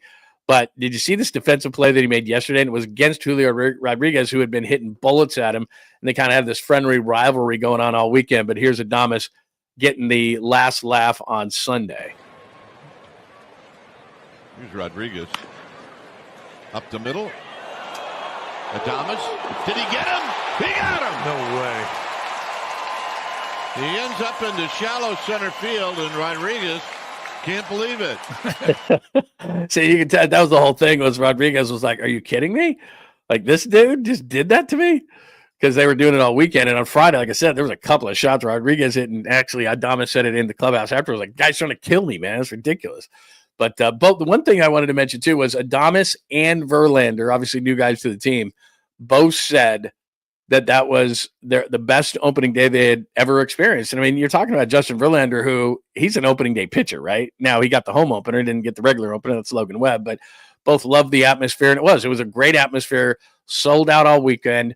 Fans will come. We had this discussion so much on KNBR, like slow day. Let's talk about the Giants and why they're not getting attendance. Now, night games, when it stays cool, it's the Reds. We'll see. We'll see what happens this week. That's always the litmus test. Like, okay, kids aren't out of school yet. It's a night game. It's a little bit cooler in the city. It's easy on a Friday. Friday was a beautiful day. I had plans on Saturday, Sunday, but it looked like both days, and I looked at the weather, both days were beautiful on Saturday, Sunday. To me, and I love all sports, but there's nothing better than going to a ballpark, especially this one, on a really nice day and just walk in the park, sitting down a little bit. I mean, there's tons to do. It's just, even if somebody with you is not the biggest baseball fan, I mean, it's like there's just tons to do. The game is great. The Giants are winning. There's a buzz in the ballpark. It's just a lot of fun. So we'll see what the attendance is like, but they sold out all the games over the weekend. People are kind of getting a buzz. You look at the standings and they're right there, if not higher. In fact, do I have a picture of that? Anyway, I already showed it, but you know where it is. I mean, look, they're off to a great start. So are the Padres. So are the Dodgers. This is what it's going to be all season long. And then you're going to have to look at, in fact, I think I have the entire standings. Let me just pop this up just really, really quick. And then you're going to have to start looking at other teams, because when you get off to a start like this, you almost think to yourself, you know what? I'm not going to assume that they're going to win, that the Dodgers are going to win this thing, but they're probably going to win the West. But still, right now, this is a lot of fun. But you look at the way things are going. So there's the Giants, of course, at 8-1. Percentage points ahead of the Dodgers, have more wins but more losses. You can't get losses back. Padres at 8-2. They're not messing around, and then we'll see what happens. Diamondbacks, Rockies are already out of it. That must be depressing. But this is what you have to do now. Okay, Dodgers are going to win this thing. So Cubs are playing well, scoring a ton of runs, but then is anybody out of this division going to do anything? It's only 10 games in, but Milwaukee's a 500 team, St. Louis, Cincinnati, they're off to bad starts. Are all these teams, because a lot of people are predicting the Cubs to win the division and all these teams to kind of struggle? That'd be nice. Because if you look over to the East, this is what's going to be tough, is the Phillies are going to be good. Atlanta's off to a horrid start. That's not going to last. That's why you can't freak out over what the Giants are doing. You got to feel good about 8-1, but the Braves aren't a 1-8 team. They'll bounce back. Are the Mets going to be a good team? They should be. I mean, you got Juan Soto and you got Pete Alonso back. If they get enough pitching, they should be pretty good at 6-3. They've only got 22 runs against them, which is ridiculous. So we'll see, that kind of thing at last. But the Phillies, the Mets, even the Braves, I think, are going to be part of that whole thing. So there's 3 teams out of that division. The Cubs out of that division. It would really help if these teams, St. Louis, Cincinnati, Pittsburgh, Milwaukee always seems to find a way. But look at this, minus 22 in the run score department and the run differential. That's the old Billy Bean number. And if you've got that number, that's ugly. I mean, that's really ugly. So again, 10 games in, we're not going to overreact on any of this kind of stuff. But if we just assume, and at this point you go, I'm not assuming that now, but the Dodgers are pretty good, then you're dealing with Padres, Diamondbacks, and then any team in this division stinks, and you're definitely dealing with 3 teams probably out of that division. So that's what it looks like so far. I know it's far too early to do these things, but it's a lot of fun because the Giants are actually good. And do I think they're a legit team? Yeah, sure. Through almost 10 games, they've done a lot of things. They, for the most part, defended, although, like I said, on Friday, I was their jinx. They were not good on Friday defensively, but they've defended. They have a good pen. I think their starting pitching is going to be fine. Can they get enough timely hits? And on Friday and Sunday, they did, and that's what it's going to be about for the Giants. So give me your thoughts on the Giants start. How are you feeling? And my big question on the chalkboard is, do they have it to you? Let me give you a couple other baseball notes. Number one, this really breaks my heart. Just breaks my heart. Blake Snell's been placed on a 15-day IL with left shoulder inflammation. What a shocker. The one thing I said about the Dodgers, and I'm not poking holes in them because they're really, really good, and they won a World Series last year, and they really didn't have great pitching. They went out and got Jack Flaherty. They pieced it together. They win a World Series, which is a testament to their bullpen was really good and they could score, but they didn't have great pitching. And then they go out in this offseason and they pick up Sasaki, who had a rough first start. Roki Sasaki had a rough first start. Blake Snell is hurt. Yamamoto has been absolutely great in his second year so far. Tyler Glasnow is always good for an injury. But my point is, and right when they signed Blake Snell, and then Ohtani at some point is expected to come back and pitch. So they've got a lot of pitching firepower in the offseason. But my question would be, Blake Snell was hurt a lot for the Giants last year. We know that. Yamamoto pitched 90 innings last year for the Dodgers. Tyler Glasnow, with his normal self, pitched 121 innings because he had an injury. So it's not guaranteed. Dustin May is now back. They lost Walker Buehler. But my point is that they have a lot of guys who they're counting on who at least last year didn't pitch a ton of innings. Now, look, Yamamoto's off to a great start. Sasaki's probably going to be better, but he wasn't good in his first start, and he admitted it. It's going to take a minute. There's a massive adjustment from a lifestyle standpoint. You just don't go out to the mound and be like, yeah, everything, my whole life is a dumpster fire, and I really don't know what's going on as far as living in this country, but I'm going to pitch really well. Maybe some guys can compartmentalize that well, but it's hard. So will they get better from a pitching standpoint? Yeah. But my point is that it's far from guaranteed based on the fact that all these guys that they're counting on either didn't pitch last year like Dustin May or were hurt like Yamamoto was or Snell was or Glasnow always is. They're going to be really, really good. But if they have some injuries in their pitching rotation, and they do have some depth, there's no question, I'm simply saying that does this shock you whatsoever that Blake Snell is already hurt? Because it doesn't shock me. And when I saw that, I kind of went, yeah. Because the Giants didn't even try to get Blake Snell back. I don't know if you saw that. It was near the end of spring training. Blake Snell said, they didn't even call me. And the Giants are like, dude, we gave you the 1 year. You pitched well a little bit. I mean, you throw a no-hitter. There was times, but the before and the after were not really good. Early in the season, bad. Late in the season, not so great. Injured a lot of the time. We paid you a ton of money. That's not where we're trying to go. So it does not surprise me. The biggest baseball story of the day is this one. Vlad Guerrero Jr. and the Blue Jays, 14 years, $500 million. And no deferrals, which I don't know why teams don't do deferrals. I've done a show on this before, and I'm not going to bore you with it, but it's the way to go. But whatever, they're not going to do it. So starts in 2026, no deferrals, blah, blah, blah. 14 and 500. Again, some of this stuff we have been so desensitized to that it doesn't even really do anything for me. But 14-year contracts. And in baseball, this isn't the funny money of the NFL. Oh, my God, did you see what this guy got? See what this guy got? I can't believe Brock's going to get this or that. The AAV stuff, all that's blown out of proportion. You don't know how much they're actually going to get. But when it comes to baseball, Vlad Guerrero's getting $500 million over 14 years. Doesn't matter. He's getting it. He's getting the money. 14 and $500 million. As long as he's on this earth, he's getting that money. Guaranteed. And I know obviously the teams must be making a bunch of money and all these different platforms and all the different things to be able to give them the money. And I was one at the beginning of the year that would have called Scott Boras right away when Toronto and Vlad couldn't come to terms. And I would ask Scott Boras flat out, what is he asking for? Because I'll give it to him. If I'm the Giants, I'd have given Vlad 14 and $500 million, 25-year-old guy who can rake that way. Now, look, the back half of that deal, probably the first 7-8 years he can stay in the field. The back half of that, he's going to be a really highly paid DH, and he better be able to rake. But it's like a lot of these deals, what's going to happen here is Toronto's going to go, okay, if we can get 8 or 10 years out of that deal where he's still raking, we're going to feel good. The last 3 or 4 years are probably going to be pull holes on the Angels. We get it. But in that time, because they've got money, they're hoping to win 2 or 3 World Series, at least one. And they can say over the period of that contract, hey, we got a World Series out of it. That's what these teams are doing. They know that the last 3 or 4 years of these deals probably are going to be ugly. Probably are going to be, Miguel Cabrera with the Tigers, something like that, where he's a shell of his former self. He's a DH. He's playing for the money. It's not good. It's Pujols. It's, Cabrera. It's those kind of guys. It's going to be that. But they're hoping within the first 8 to 10 years, especially with a young guy like this, and he'll struggle with his size and everything. So it could be 5 years and all of a sudden he's being a DH. And now you're like, oh my God, we're spending all this money on a DH, but he is that good of a hitter. And so for me, when this whole thing went down and Toronto wasn't going to pay the money, I was like, you want to throw Bryce Eldridge in there? Go for it. You want to throw a Hayden Birdsong in there? Go for it. Like, whatever. Nobody comes here. You have Vlad Guerrero at first base and Adames at short, and now you're cooking with gas. And he can hit it out anywhere, and he's a right-handed hitter. I'd much rather a right-handed guy than a left-handed guy shooting for triples alley. So I would have done it.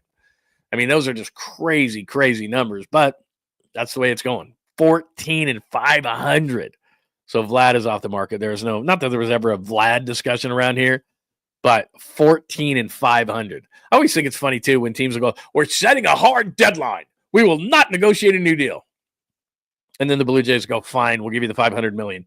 Sold. Like, of course he's going to take it. Like, we're not there's a deadline. It's a hard deadline. We will not negotiate once the season starts. Yeah, really? Because they just offered you 14 and 500. Okay, I take it back. So there we go. What do you think? To me, I guess I am desensitized by numbers, but my God, man, that is crazy. Vic, I hope you're right, Victor. I hope that Eldridge is absolutely great, but the things you hear about Eldridge, and I'm not knocking the guy, it's just at the age of 20, not only as we saw in spring training, I think he struck out, 8 of his 12 at-bats after the first home run. He's got a ways to go as far as the stick is concerned. And then the major concern for a lot of people within the organization is he's got to get much better defensively. So we'll see. We'll see with him. And nothing's guaranteed. I like the kid. It's nothing against the kid. It's just that if Vlad Guerrero was ever offered in a deal and would sign an extension at San Francisco, Eldridge, Birdsong, Harrison, whatever. It wouldn't matter to me. I'd be like, okay, crazy. 14 and 500. 14 and 500. This is interesting. That's a great point, Faithful. Buster will not do deals like that. If he doesn't, then the Giants will never be able to compete. And they're a major market team. And that's the way it's going to go. Remember, they offered Correa 13. Isn't that right? They offered Correa 13. I mean, they're going to be that desperate. This is just the way it's going to go. It's unfortunate because teams do not want to do this. And baseball contracts, as I said, are 100%, 100% guaranteed. But if you won't go double digits for players, you're at a major disadvantage. If you won't go beyond 5 years on a pitcher, which Farhan wanted to, go non-analytics before he wanted to do that. So you're going to have to go 5 years, more than 5 years on a contract. The Giants don't want to do that as far as pitchers. You're just going to have to do it. That's the way the league goes. You're going to have to go into the double digits for position players. That's just the way the league is going. The last few years on both of those pitchers contracts, on position player contracts, they're going to be ugly. You're going to be eating a lot of bad money. You're going to be like, oh my God, we got 4 more years on this guy. I mean, this is just the way teams did it. They're like, we'll give you double digits. Bryce Harper and all, Judge, all these kind of like that. I thought it was reserved for those and not to say that Vlad's not a great player, but you're here, like, if I'm Toronto, it's like, we can't go 10 years. Like, we got to go 14 years. I mean, we're really not that far from like a 20-year deal. Like, it's a 20, like, we're tied together for 20 years and the guy's like 25. So he's going to hit till he's 45. Like, but that's where we're going, because a team like the Giants, especially when it's hard to hit in this ballpark, Scott Boras is going to go to the Giants and go, well, you know what? He's not going to be able to go anywhere else because his numbers are going to be down a little bit in this ballpark. So, and the back of his baseball card. So you're going to pay him for not having the numbers that maybe he would, or the Hall of Fame, or whatever the case may be, and his legacy. So you're going to have to give him extra years, extra money. I mean, that's just, I understand what you're saying as far as saying Buster won't do those deals. But I talk about pipeline for the Giants all the time. You have no Japanese pipeline. Your pipeline as far as Latin players is very hit and miss. How are you going to build your team? Hitters won't come here, so you got to overpay for those hitters, which means you're going to give out double-digit contracts. There's just no doubt about it. Pitcher-wise, if you're an elite pitcher, you're getting 5+ years. And I know the Giants have been loath to do that. They love giving out a 1-and-1, or they love giving out 3-year contracts. They love rehabbing guys. They love doing those kind of things. But the reality is you're going to have to give out 5, 6, 7-year contracts to pitchers in which the last couple of years may not be great. You're going to eat money, but that's other teams are doing that. And you're not the A's. You're not the Rays. You're not the, whatever. You're not the Pirates. You're not the Brewers. To compete, and it's not always about who spends the most money, but in baseball, you look at the last number of years, it kind of is.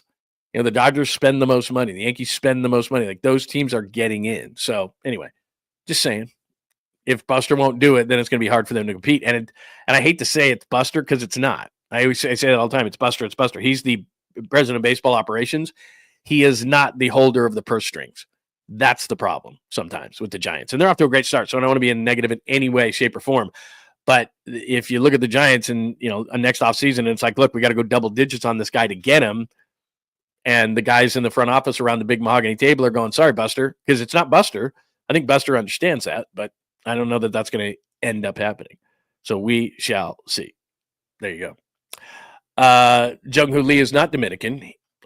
He is Korean. What I'm saying is there's no Japanese pipeline to speak of. They haven't had a player on the Giants, Japanese player, since 2015. That's a major pipeline. They should be able to, because of their proximity, because of the makeup of the city. I just thought they could do better.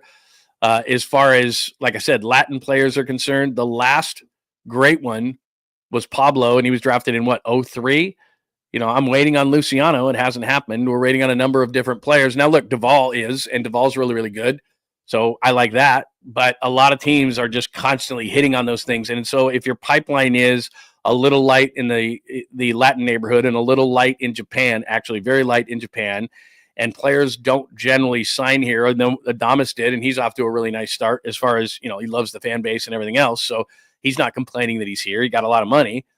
How else are you building your team? Only through the draft? Because in any professional sport, if you've only got one way that you're going to grow your team and supply your team and pipeline your team, then you're not going to win very much.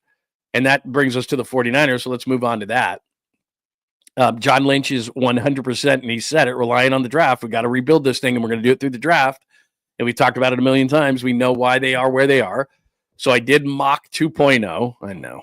I did mock 2.0, and I told you I would do one every Monday. So I'll do one next Monday. Then I'm going to do one Wednesday right before the draft. So the 24th is the draft. We're 17 days away from the NFL draft. 17 days away from the NFL draft. I did a mock draft, which I didn't love as much as the first one. But before I share my screen with you, just so you know, so here's what I do.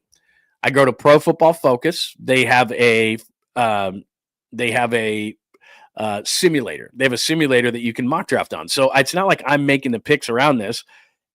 I'm there. I've told myself I can only do one trade because the trades are easy. Like if I offer this, I could offer a pick from next year. Who cares? It's not my pick and it really isn't real. So I could manipulate the draft in a lot of different ways and have the Niners get 20 picks and pick 20 great players, but it's not realistic. So what I'm trying to do is only do one trade. And then, I can do it at any point during the draft. I do one trade and then that's it. I don't trade anymore. And so I did give myself an extra second round pick. I traded with Atlanta. I think in mock trade 1, I traded with the Cardinals because there was a lot of talent on the board. But what this exercise shows is there was a few times, and I'll show you this when I pop this up. There are a few times where I was like, okay, I think that guy's going to be there. Then he wasn't. Oh, I think that guy's going to be there. Then he wasn't. So I kind of got screwed up and I went to defensive tackle way too late.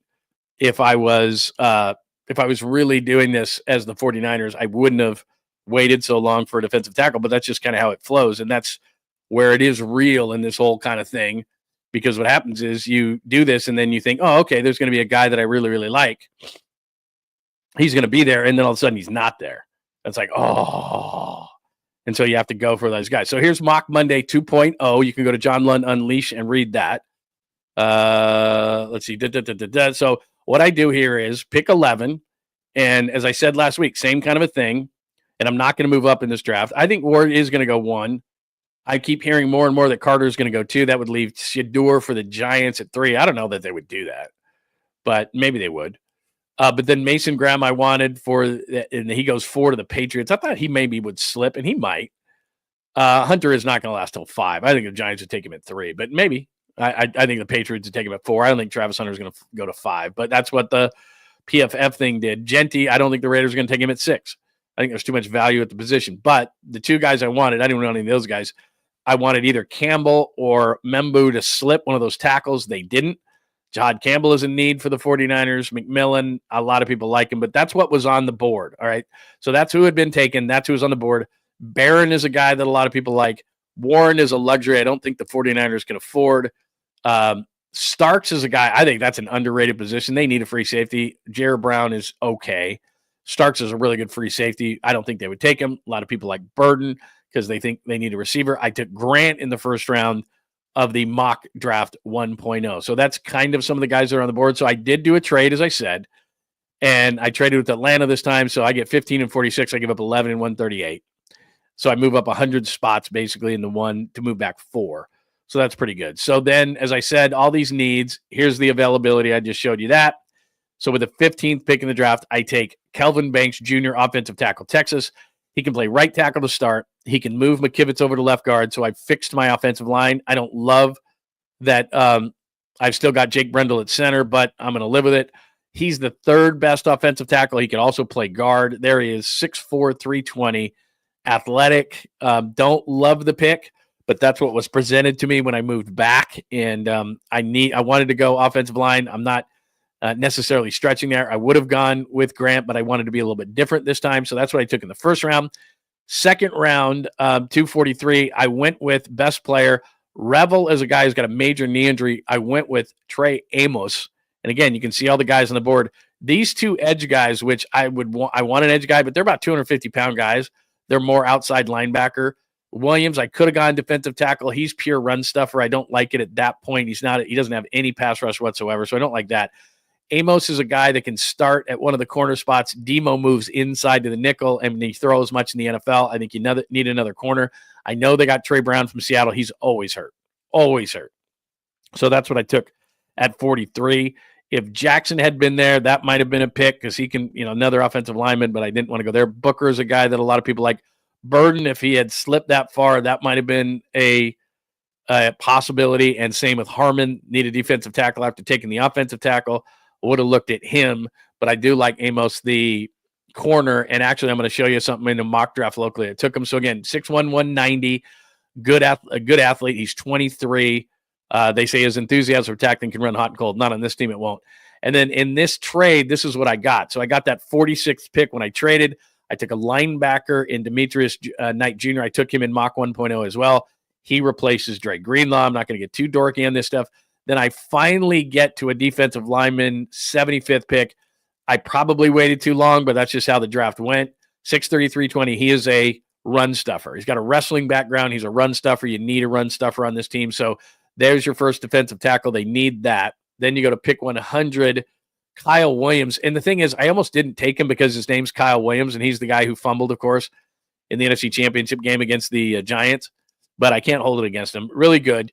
5'11", 190, ran a 4.4 flat, and had a 36 vertical at the combine. His man coverage grade was an 89.9, so he's good against man, which is what the 49ers are looking for. He can be a guy that I think could help fill in until Ayuk comes back. Plus, they just need another receiver anyway. So, again, guy's about 6 foot, 190, good speed, is good against man. I like that. And then I went back to beef, went to this guy I really like, Savion Jones, 6'6", 280. Think of Charles Omenihu. He hasn't always lived up to it, but he's 6'6", 280, was well thought of coming out of high school, and he can play inside, he can play outside. I think he has a lot of potential. Bad word, I know, but I thought, that's Charles Omenihu, 6'6", 280, play inside, play outside. I think it's going to be one of those. Then I went Etienne, who his brother's really, really good, of course, Travis Etienne, but he's a nice player, he can catch the ball out of the backfield. I like him. I think he might be RB2. I think he might take over in Guarendo's spot. I like Guarendo a lot, but he's so inexperienced and misses a lot of holes in the zone game. This guy ran zone at Georgia. He's experienced, played both at Florida and Georgia. I think he could come right in. Emory Jones is a guy who can play tackle and guard. Krug loves this guy, so I love this guy. Again, well thought of, 6'6", 315, with not only Trent Williams being near retirement, but also 𝐬𝐻𝐫𝐠𝐞 being the last year of his deal. That's where that one was. And then 7th rounders are Flyers. Ty Robinson, really good athlete, defensive tackle. Johnny Walker, maybe as much for the name as anything else, but he did have 10 sacks in the SEC last year at 6'3", 260. So he's more of an edge guy, certainly, than the guy, 𝐸 Jones, who I took earlier, is a little bit bigger, play in and out. So that's a pure edge. And then Eugene Asante, you always need linebackers, so there's that. So they gave me a B+. Banks, Amos, Knight. I think those guys actually right out of the gate are going to start. Phillips probably starts at a necessity. Williams is a depth piece. Jones, they've got to motivate, but he has a lot of tools. Etienne, I think, could be the backup running back. Jones is going to be a guy that's going to take a minute to develop him, but again, with the situation given that they need tackles, they've got some guards on the roster. Robinson ran a 4.87 40 at the combine. 10.5 sacks in the SEC is pretty good. And then, I don't know, Sante, just because I needed to take a linebacker, I felt. So there it is. There's my draft. Mock away. Mock away. You can see more of it and more of the detail at johnlundunleashed.com. It is up there. Plus, I'll add a video to that. So that is what it looked like. Let me get myself back on the screen here. So that's what it looked like in the mock. Go ahead.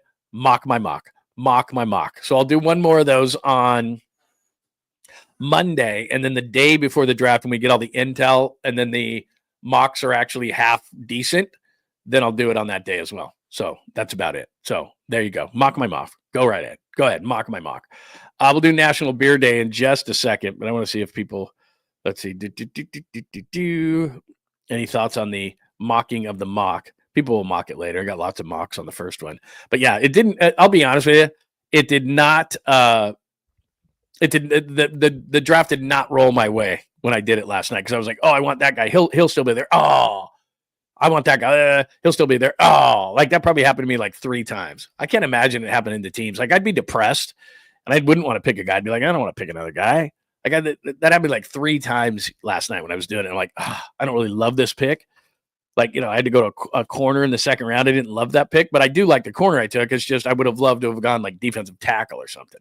And literally right before me, and I'm watching this because I keep it on like not a super fast speed because I want to see who's taken so that I can scream when somebody. And then like Harmon, it would have been really nice, the kid out of Oregon in the second round of defensive tackle, and when he got taken like 3 picks ahead of me, I'm like, oh.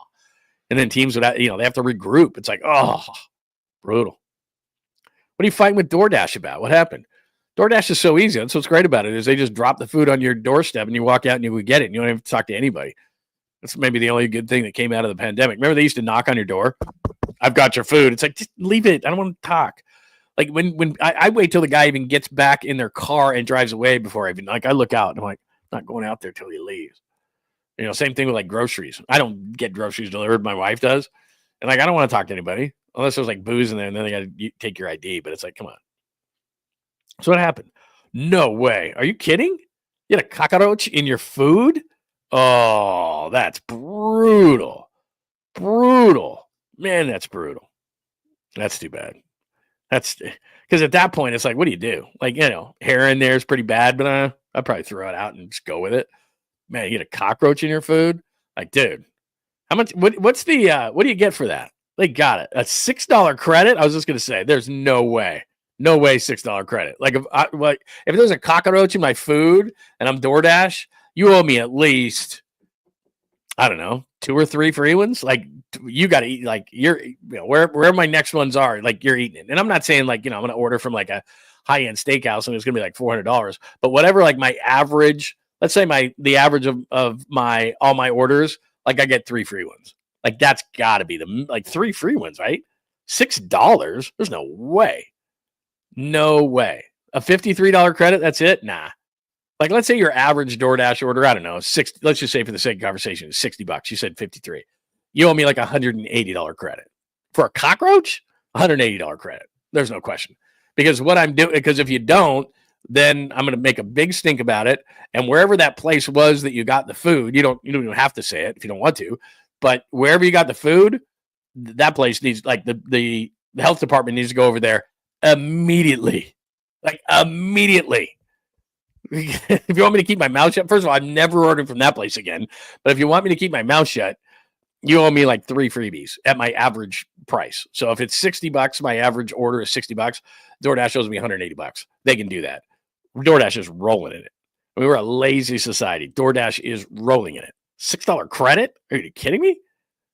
50. I'd 180, or I go rogue. I go crazy. I'm going down to that restaurant. No, I'm not. I was going to say, I don't have time for that. Nobody does. That's what they're banking on. They're like, look, you're pissed off now. I get it. You're not going to make a big deal of it, but you could. Like right now, there's thousands of people watching. If you want to call that place out.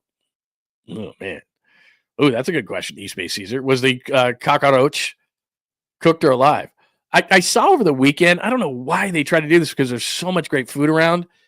I saw over the weekend where somebody had crickets. I know they had them in Seattle. They had like chocolate covered crickets or something. I don't know if they still have it on the menu there, but they had them somewhere else too. And I'm thinking, with all the great cuisine that you could have at a ball game, and what also happens with these companies is you can go wild at a game. If you want to put like a burger and put some, brisket on it and a hot dog, and you call it something weird or something, and a bunch of barbecue sauce, we'll go with it at a baseball game. Like, you can be completely crazy.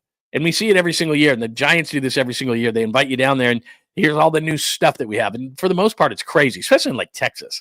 Like Texas, because everybody just eats meat, just meat upon meat upon meat upon meat, bunch of barbecue sauce, some onion straws, and, and we call it the whatever. Like, you can do that in baseball and do that in concessions anywhere, but especially in baseball. But you're going to do crickets? Like, that's got to be an owner idea. Like, because anybody else with any kind of, if you didn't have any power, there'd be nowhere there'd be crickets in a stadium. Like, if I have any say to do with it, or as far as a stadium is concerned, like, why would I put crickets in the stadium? Like, why would I have that on the menu? But there was a place, it was a baseball game, it was Major League Baseball. I can't remember where it was. You might be able to help me out. But I saw highlights of it. I know they were doing it in Seattle. I don't know, but it was another place that did it over the weekend. The guy, because the commentators they saw it, and they saw somebody eating it out of the whatever the thing was, and they were the chocolate covered crickets. And I'm just like, and they were talking about it, and I was like, why? Like, with all the great things you could get at a ball game, no chance. All right, let's get to this. Let me just make sure. Let's see. Oh, was it really? It was McDonald's? That's crazy. I mean, they're not going out of business or anything, but certainly whatever the location was, oh my God, you got to be kidding me. Oh, at least it wasn't Fiesta Taco. I do have to make it there still. Did you say whether they were alive or not? Oh my goodness. That's crazy. Like, I got to be honest with you, man. If I ordered DoorDash and there were cockroaches in the DoorDash, no matter what, I don't think I'd ever order from there again. I mean, that's crazy.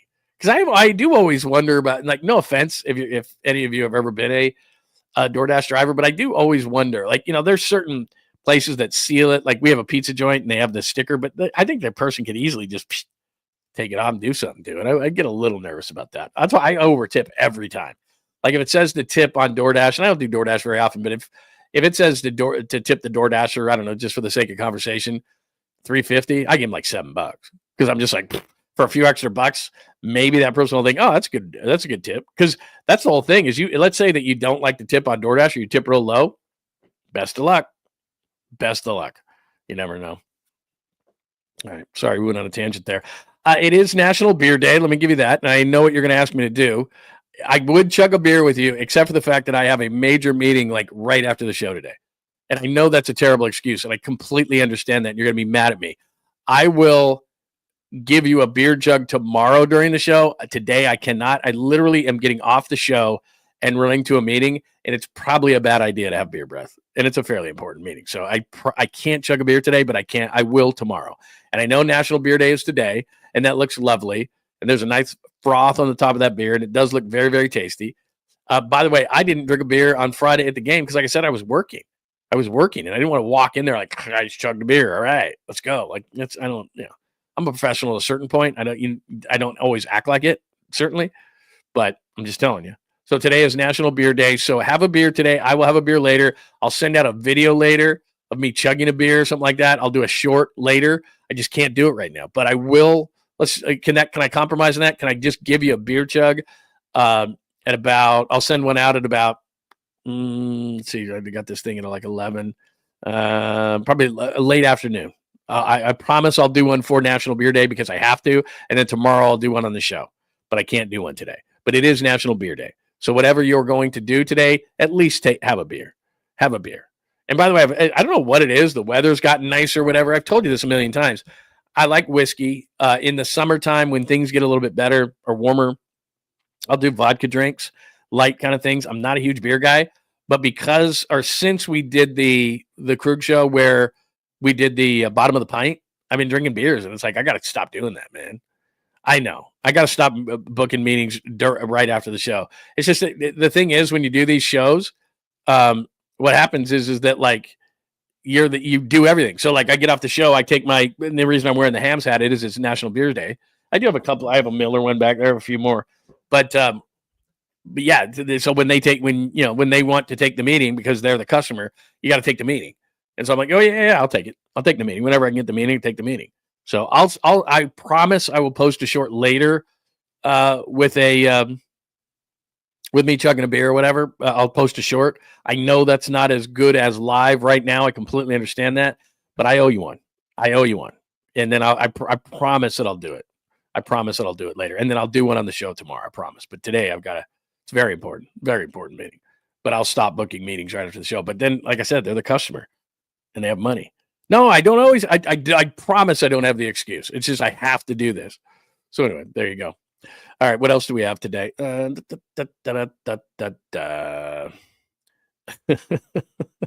can't believe it, man. I cannot believe there was a cockroach in your burgers. Let's see. Was it in Texas? I don't remember. Texas has billions of crickets sourced and farmed locally. Really? I didn't know that, Antonio, and I lived in Texas. So that's actually something that that's not just like crickets and then they actually are sourced for food, for human consumption. Wow.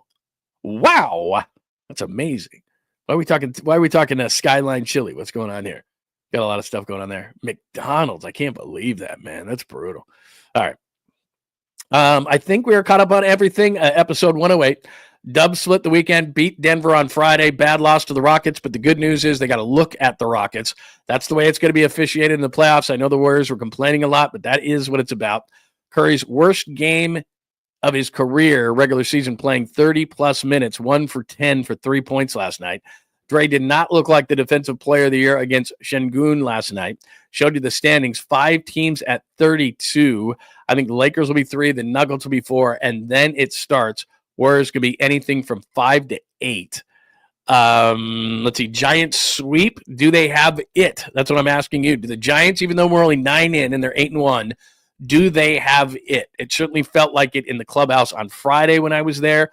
Mock Monday 2.0. I gave you a little bit of it. You know who was picked, but you can go to johnlundunleashed.com and you can see the whole thing there. I'll add a video to that later.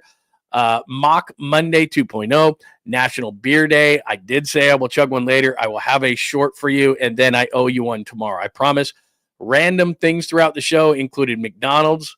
We started the show, and cockroaches. We started the show with something random. I can't remember what we started with. We did start the show with something random, too. I don't remember what exactly it was, but we did. Anything else over the weekend that we made? Oh, national championship tonight. Want to mention that really, really quickly. Houston taking on Florida. Unfortunately, I feel really bad because I had Duke, and they should have probably beat Houston. Auburn probably should have beat Florida, but those two teams came back at the end. You know, it's interesting. I don't know how you think of this. I don't know if it's must-view TV for you tonight, the national championship game. I'll tune in. But kind of most people are like this. Once your bracket is blown, which is generally early, or if you're not gambling on the games themselves, I'm just talking about the Bay Area. I don't watch as much college basketball as I used to. I start watching in February so I can be kind of decent with my bracket because, like I said, I've been playing in the same bracket for years with old friends of mine, and it's a fairly expensive bracket to get into.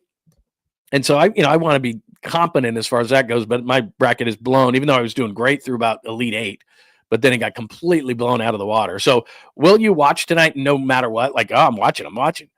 The coolest national championship game, and this is how long ago this was. Mike Dunleavy was playing for Duke, and it was a Monday night, and Duke is playing, maybe it was Florida. I can't remember who they're playing in the national championship game. But anyway, I'm in Seattle. I think that park is called T-Mobile now. It was called something else back then. But I'm at T-Mobile in Seattle. It's Ichiro's first game. It's Tim Hudson on the mound for the A's. And so we're watching the game. We're watching the Mariners and the A's on opening day. And then you got these monitors throughout. And it was cool for the Mariners to do this because normally they just have the baseball game on.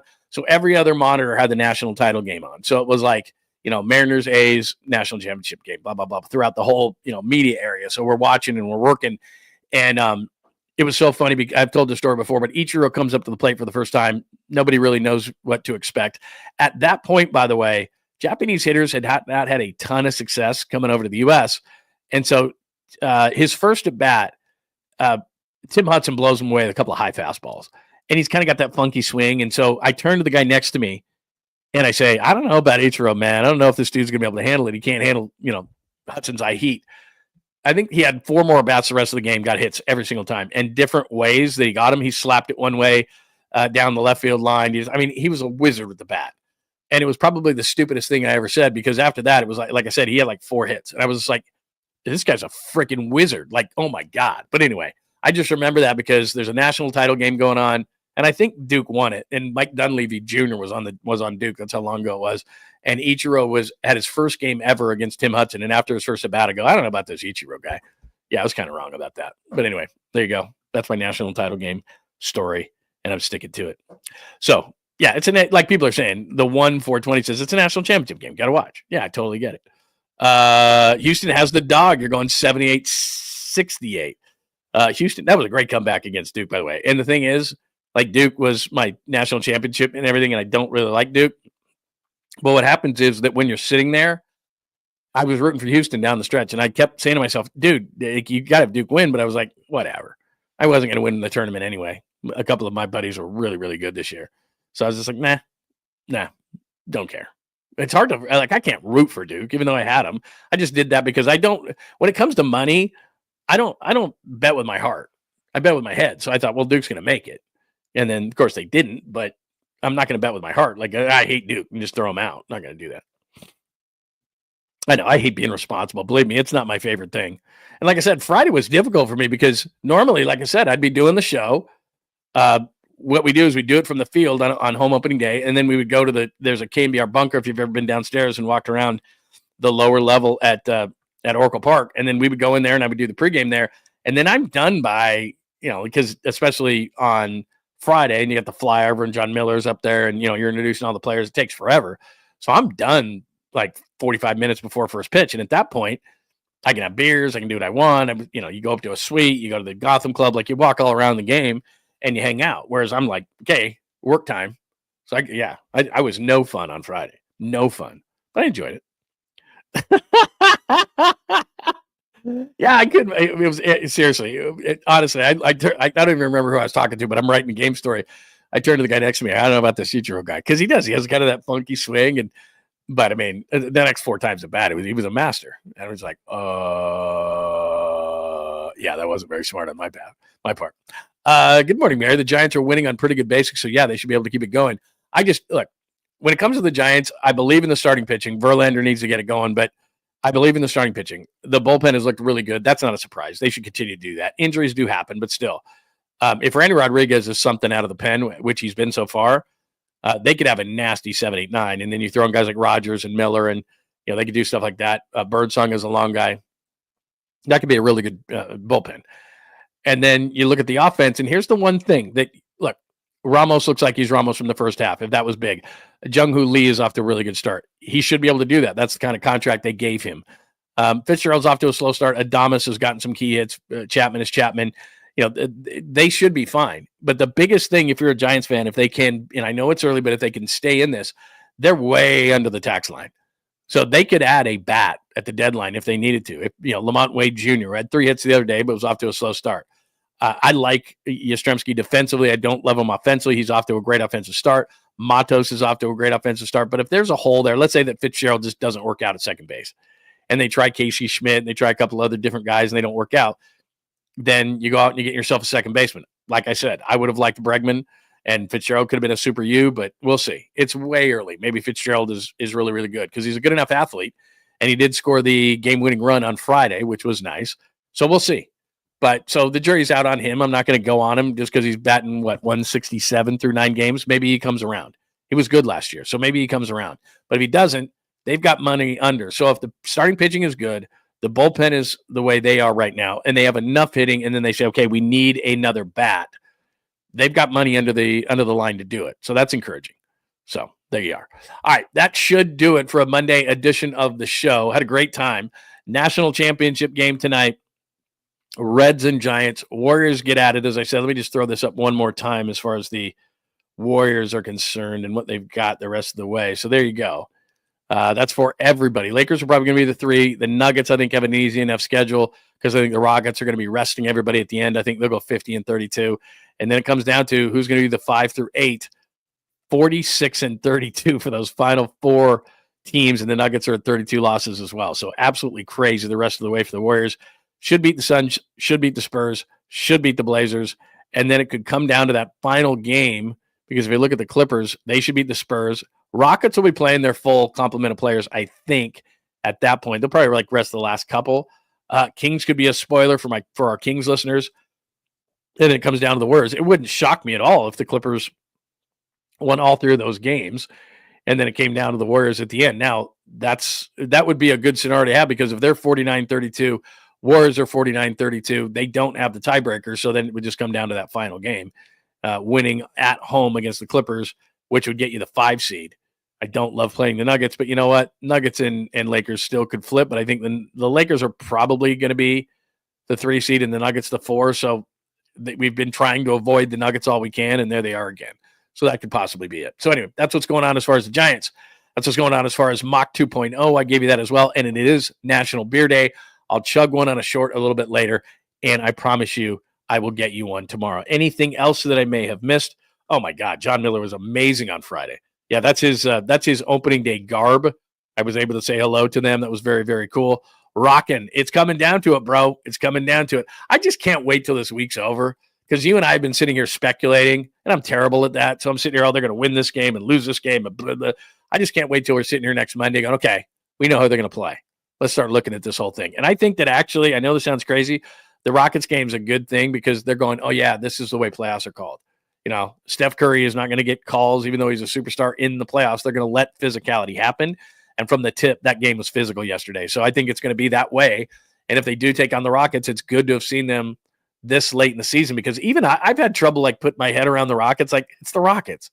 They haven't been good forever. And even when they were good, the Warriors beat them. It's a different team. They're good defensively and they can score. So I think it's good that the Warriors got to look at them this late in the season if they play them in the playoffs because one of the best things the Warriors do, they figure you out in a series and they got an extra look at the Rockets. So that's actually a good thing.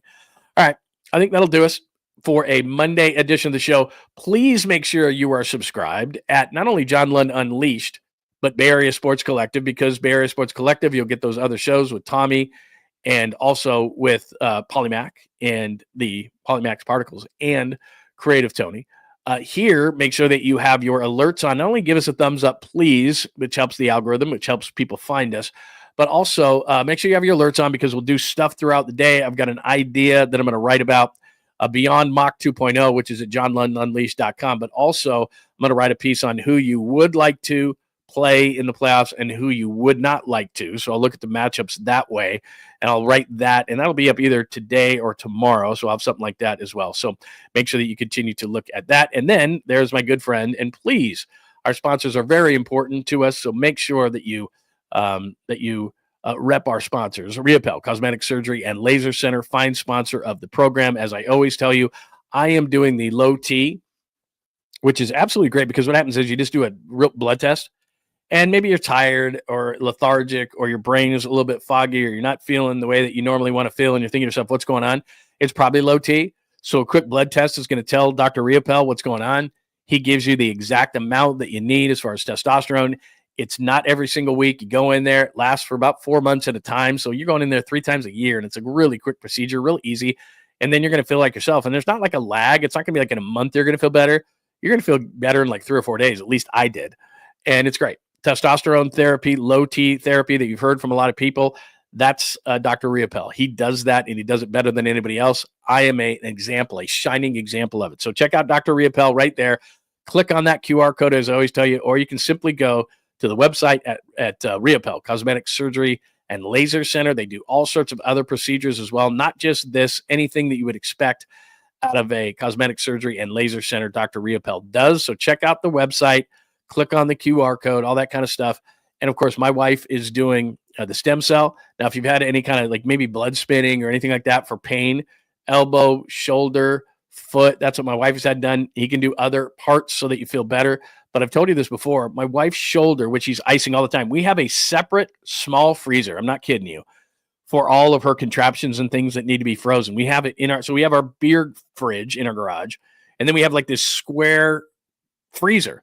And she puts all these contraptions and things that she puts on her shoulders and elbows and all this sorts of stuff.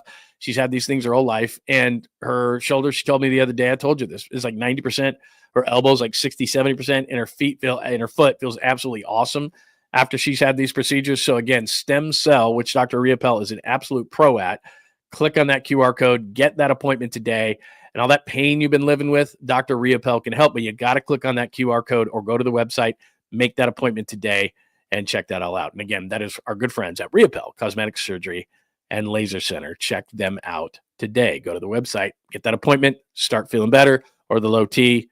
You know what I'm talking about. So let's do that. All right. One last check through to make sure that everybody is cool. Paulie at 11 o'clock today. Thank you for reminding me of that. So in about an hour, so I'm going to give you an hour break. So Paulie's going to jump in at 11 o'clock. Make sure you do that. If you're at Bay Area Sports Collective on YouTube, you will be able to watch that show. Please subscribe. Give us a like. John Lund Unleashed on YouTube. Thanks for watching today on Instagram at John Lund Radio. Thanks for watching on X today. And a bunch of people on X today at John Lund Radio. So make sure that however you want to watch, that is a great way. But if you jump over to YouTube and give us a like, that would be tremendous. Thanks for watching on LinkedIn today as well. And again, John Lund on Facebook, personal page, or John Lund Unleashed on Facebook. You can join that page as well. Everybody have a wonderful Monday. We'll talk to you later. Keep those alerts on. We'll have all sorts of good stuff and more content coming at you today. And then tomorrow, full show at 8 a.m. on a Tuesday. John Lund Unleashed. Have a Thanks for hanging out with John Lund Unleashed. We'll try to be better next time, though I wouldn't hold my breath. Please like and subscribe on the John Lund Unleashed Pod YouTube channel. Watch live shows weekdays at 8 a.m. on YouTube, Instagram, and X. And make sure to have your alerts on for shows throughout the day or night. All things Lund can be found at johnlundunleashed.com. johnlundunleashed.com. Goodbye!